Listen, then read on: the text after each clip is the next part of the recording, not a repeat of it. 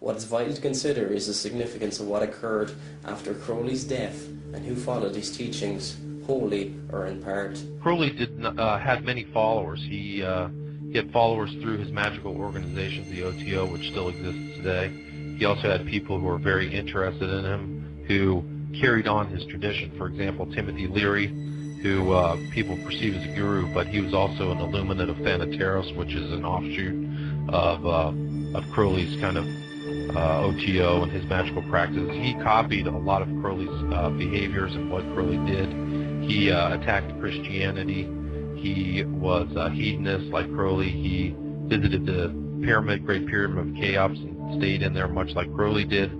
He also traveled to Algeria where Crowley emulated the magical practices or Enochian calls of John Dee and Edward Kelly.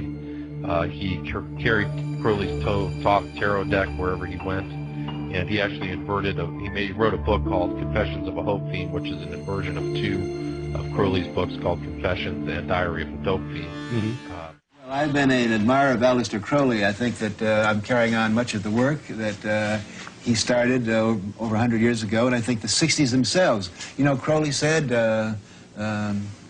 he was in favor of finding your own self and do what thou wilt shall be the whole of the law under love. It was a very powerful statement. I'm sorry he isn't around now to appreciate the glories that he started. L. Ron Hubbard said he was following on his tradition. He actually started his religion or his new Age ideal church, the Church of Scientology, on the day that Crowley died in 1947.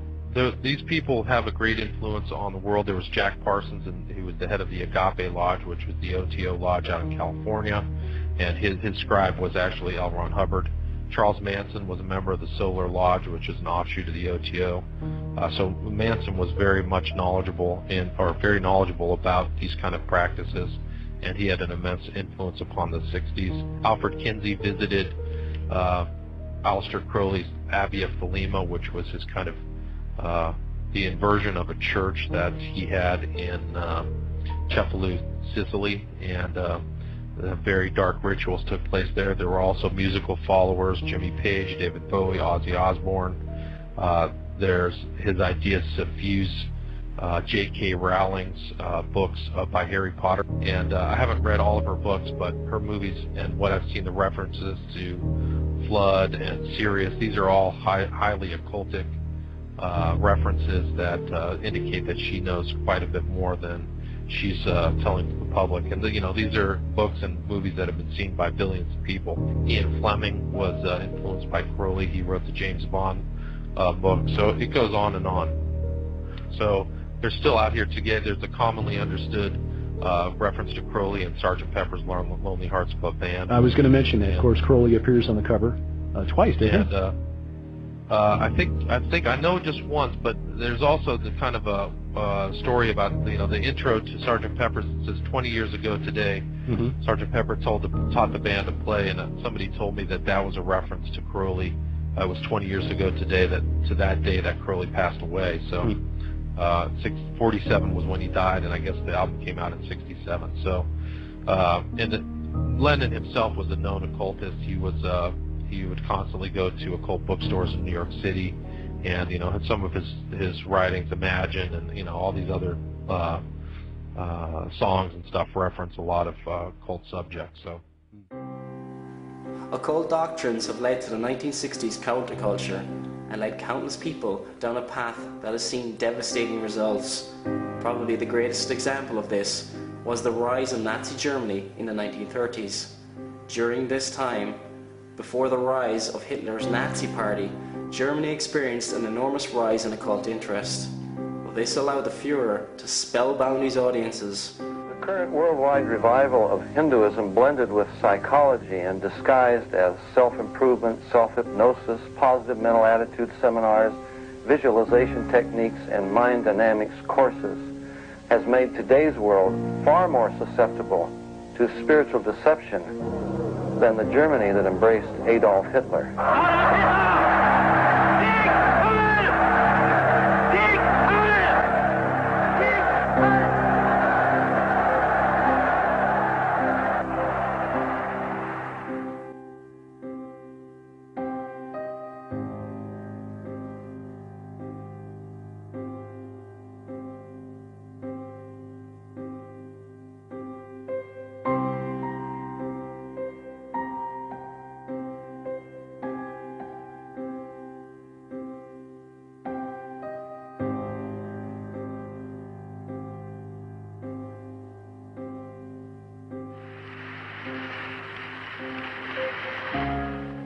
ist unser Wunsch und Wille, dass dieser Staat und dieses Reich bestehen sollen in den kommenden Jahrtausenden. Wir können glücklich sein zu wissen, dass diese Zukunft restlos uns gehört.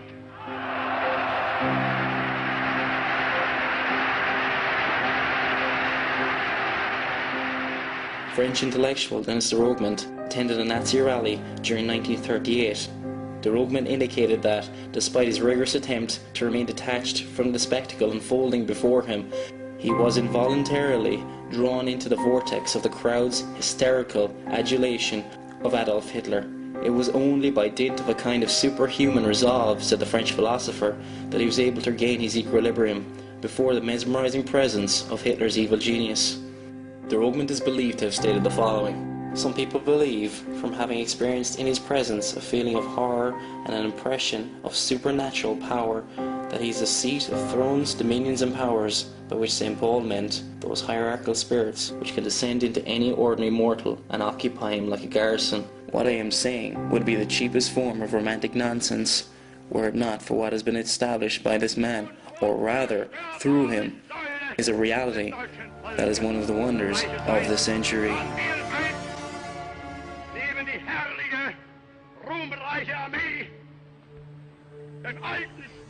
Eventually I found a book called Running God's Plan by Foster Bailey. And he said one of the goals of their hierarchy was to have a unified Europe. He said, we tried this before, working through a disciple, using the Rhine River Valley and the inhabitants of that valley as a binding factor. That attempt was unsuccessful, but now another attempt is in full swing, namely the six-nation European Common Market. And you don't need to have been even an A student in history to have known who that disciple was. Adolf Hitler. Hitler was greatly influenced by the writings of a 19th century occultist, Madame Helena Petrovna Blavatsky. He was reported to have slept with a copy of her book, The Secret Doctrine, by his bedside. Blavatsky founded the Theosophical Society with Henry Olcott in 1875. The swastika itself was taken from the logo of the Theosophical Society. Even this connection was noticed by the History Channel in a recent documentary. One of the occult doctrines that would foreshadow Nazism was spelled out for the whole world in an unlikely place by an unlikely writer. Living in London is a Russian aristocrat turned best-selling author named Madame Helena Blavatsky. In more than 1,000 pages, Blavatsky rewrites the history of the world, from the creation to the present. Her story is based on unconventional sources: Babylonian astrology, Egyptian hieroglyphics, and a mishmash of the occult. So if Blavatsky had such a profound influence, what did she believe? Blavatsky stated the following in her work, The Secret Doctrine, Volume 1. The devil is now called darkness by the church, whereas in the Bible he is called the Son of God, see Job, the bright star of the early morning, Lucifer, see Isaiah. There is a whole philosophy of dogmatic craft in the reason why the first archangel who sprang from the depths of chaos was called Lux, Lucifer, the luminous son of the morning, or Manvantaric dawn. He was transformed by the church into Lucifer or Satan because he is higher and older than Jehovah and had to be sacrificed to the new dogma. Echoing the same Luciferian beliefs of the elite, she continues later in The Secret Doctrine. In this case, it is but natural, even from the dead letter standpoint, to view Satan, the serpent of Genesis, as the real creator and benefactor, the father of spiritual mankind.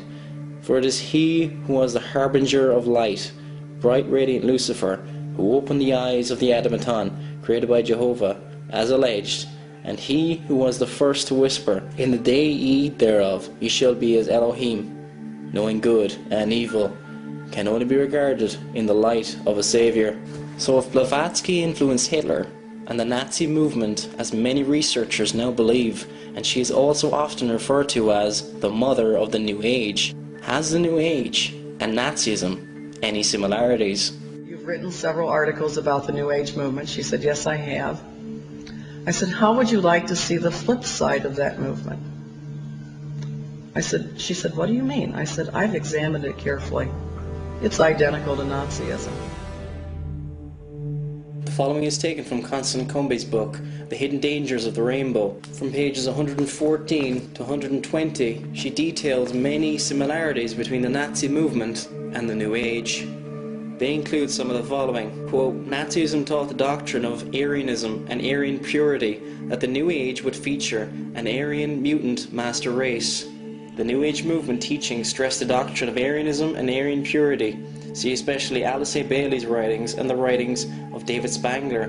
Nazism featured hatred of Jews and an ancient occult doctrine of a blood taint resting on the Jews, and that there was a need for a final correct solution to this Jewish problem. The secret doctrine of occultism features hatred of the Jews. The writings of Alice Bailey, which have been followed meticulously by the New Age movement, state that the new Messiah will not be Jewish, as the Jews have forfeited their privilege, and that they must pass through the fires of purification in order to learn humility. These teachings are also strongly opposed to Zionism and the possession of a homeland by the Jewish people. These teachings also state that what happened to the Jewish people in World War II was a result of their bad national karma. Nazism featured the quest for the Holy Grail as a path to transcendental or higher consciousness. The New Age movement features the quest for the Holy Grail as a path to transcendental or higher consciousness. Hitler used mescaline to speed up consciousness expansion. The use of drugs as a catalyst in consciousness expansion has long been a part of the New Age movement. The Nazis thought that they had evolved into a new and superior species by means of spiritual disciples and consciousness evolution. The New Agers think they have evolved into a new and superior species, Homo noeticus, as opposed to Homo sapiens by means of spiritual disciples and consciousness evolution. Hitler was an initiate of occult practices, including yoga, Tibetanism, hypnosis, and the secret doctrine of Helena Petrovna Blavatsky and the Tibetan masters. Benjamin Creme says that the Maitreya the Christ is a 7th degree initiate. Entrance into the New Age requires a Luciferic initiation. The Nazis believed in the law of karma and reincarnation. The New Agers also believe in the law of karma and reincarnation. Nazism sought the institution of a new world order in which the Aryan race would predominate and control. The New Age movement seeks the institution of a new world order in which Aryanism will prevail. Nazis believe the roots of their Aryanism were first found in Atlantis. The New Agers trace their secret doctrine and occult teachings to Atlantis. Constance Cumby states the following in relation to the New Age belief in Atlantis, that shrouded in the mist of Atlantis, which may well refer to the pre-Noetic era, are the roots of both New Age doctrine and Nazism. A portion of this doctrine deals with the origins of the races of mankind. The secret doctrine held that they originated in Atlantis, and that one of the 7 Atlantean races was that of the Aryans. Although there were supposedly 6 other Atlantean races, the Aryans were the master race or supermen of the Atlantean races. Many of these New Age doctrines have clearly been circulated and propagated among the general population, especially among what is currently called today the Truth Movement. What is interesting to note also is that the Bible, thousands of years ago, predicted a time when people would go after doctrines of demons and seducing spirits. In 1 Timothy states the following, Now the Spirit speaketh expressly, that in the latter times some shall depart from the faith, giving heed to seducing spirits and doctrines of devils.